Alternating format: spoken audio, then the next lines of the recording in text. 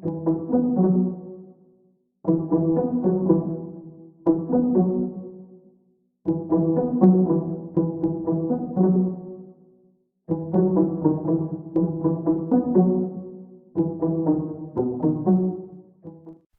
Anjalazala distrikany Antsoy tanindondoza ny hoavin'ny tanora zazakely vao efatra ambin'ny folo taona monja dia ikuizana amin'ny resaka vakitrano nefa raha izany taona izany dia tokony zaza mbola tena hilofo amin'ny resaka fianarana sy ny fanajana ny ray aman-dreny fa dia inona loatra no mahatonga anyreto zazankehitriny reto no maika hivarolavo amin'ny zavatra izay mety hanimba tahaka an'izany ka ny pispisony mahakasika an'izany no fakafakena amintsika ato anatin'ity vidéo ity ka manasantsika rehetra anaraka an'ity vidéo ity hatramin'ny farany azadino ny milaiky ny vidéo antsika ary tsarovy hatrany ny miabone amin'ny chaîne antsika mba ahafahanareo manaraka sy tahapaka ny vidéo zay lefa nahito isan'andro tsy ampendela moa isika fa avy hatrany tonga de vavany ndao ary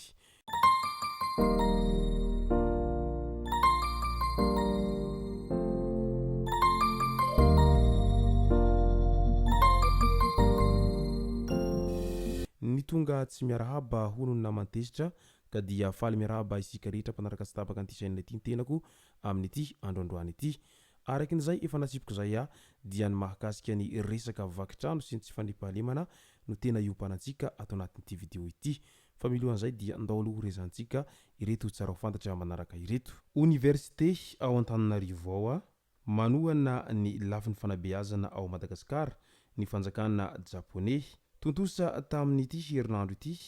teny ankatso ny fanaovantsoniya ny fanampina arabola izay mitentina 5,7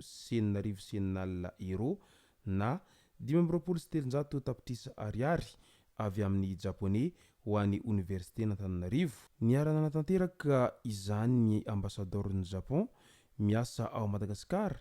Abe Konji sy ny filohan'ny université Ravelomanana Mamy Raolina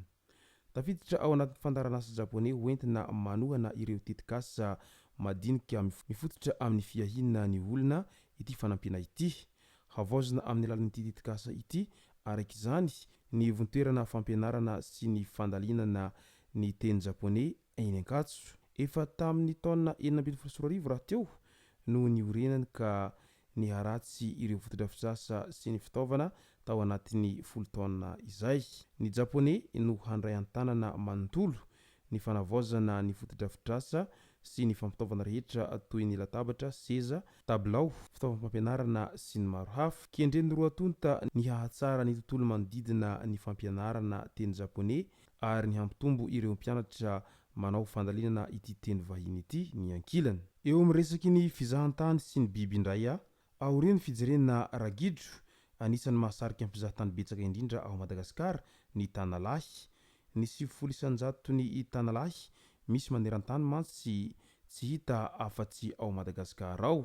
misy amin'izy ireo karazana biby bitika indrindra antsoina hoe Brookesia nana izay mirefy 13.5 mm sy ny kalima izay maheriny 80 cm maro anefa ny tsindry mahazo ny tanalahy ao Madagasikara ao indrindra ny fahapotehan'ny toeram-ponenany manjaka ny fanombanany ala doroala varotra iraisam-pirenena ary ny famonoana azy ireny amin'ny tsy misy antony misy ny hetsika karakarain'ny ONG Caméléon izay mikasika ny tanalahy no tanterahina nanomboka tamin'ny 13 hatramin'ny ity androandroany ity izay natao any Amboasary Atsimo tanjona izany ny hampahafantarana ireo harena voajanahary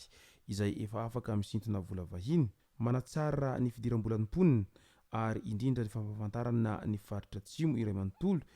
izay manan-karena tokoa raha rohy voahary no asinteny eo amin'ny tetikasa autoroute indray izay mampitohy any Antananarivo sy ny Toamasina hamatsy vola 5,7 tapitrisa dolara ny fanamboarana ny ampahany faharoa amin'ny arabe migodana na ny autoroute izay mampitohy any Antananarivo sy Toamasina ny banky arabo momba ny fampandrosoana ara-toekarena eto Afrika na ny Badea fantatra fa ny ampahany voalohany 80 km